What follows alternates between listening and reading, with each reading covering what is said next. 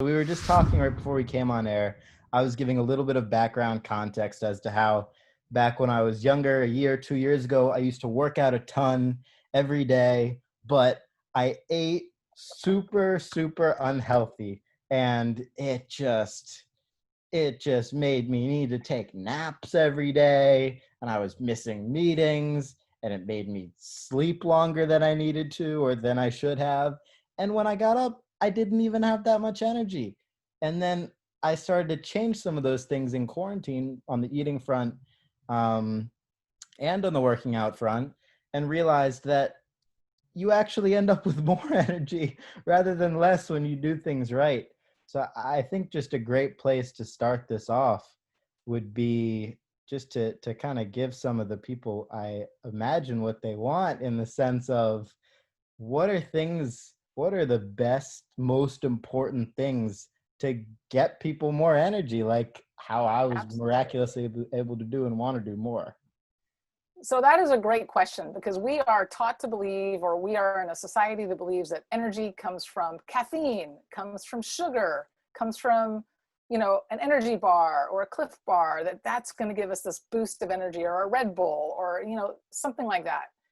And true, it's going to give you a burst of energy for the short term, but in the long term, it's going to deplete your body. It's putting chemicals, toxins into your body that just creates dysfunction with the very mechanism, the energy producing mechanism in our body that needs real whole foods. So you made the shift. You saw you had more energy when you started eating probably, things that weren't processed, things that didn't come in a box, cutting out sugar. uh, our body needs nutrients, like real whole nutrients that come from whole foods from the earth. So plants, uh, clean meats, whole grains, colorful fruits, water, lots of water, right? So Why do you think it's so hard still, though? Because you would think that evolution would lead us to a point where if I do what's right, I will want to keep doing it. yep. Whereas I think that's true to a certain extent, but especially when you're starting, it's still really, really hard. Why do you think that is? Well, there are so many barriers, right? I mean, eating well is not convenient.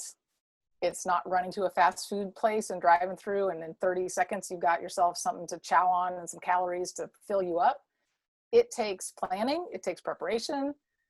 People think it takes more money, but actually it doesn't. But it's a little bit more inconvenient than just, hey, I'm out, I'm just going to go grab a slice, or hey, I'm out, I'm just going to go grab a burrito. Uh, you have to kind of value it and make time in your life to make it important. And it's just something in our culture that we haven't prioritized. We haven't prioritized. Like, I know a lot of kids who grew up eating food that was cooked on microwave. Their parents didn't know how to cook. They just threw something in the microwave, got takeout, got some pizza delivered. And so they're left at 18, 19 years old, not knowing how to cook. So they just keep following what their parents did. So I think the convenience factor. We don't teach cooking in school. We don't teach about good nutrition in school. And just basically our whole society, it's changing. I think it's changing. But the marketing messages we get, look at the ads on TV, it's Mountain Dew, it's Pizza Hut, it's Uh, Papa John's, it's any food that has to be promoted on TV, you pretty much don't want to eat.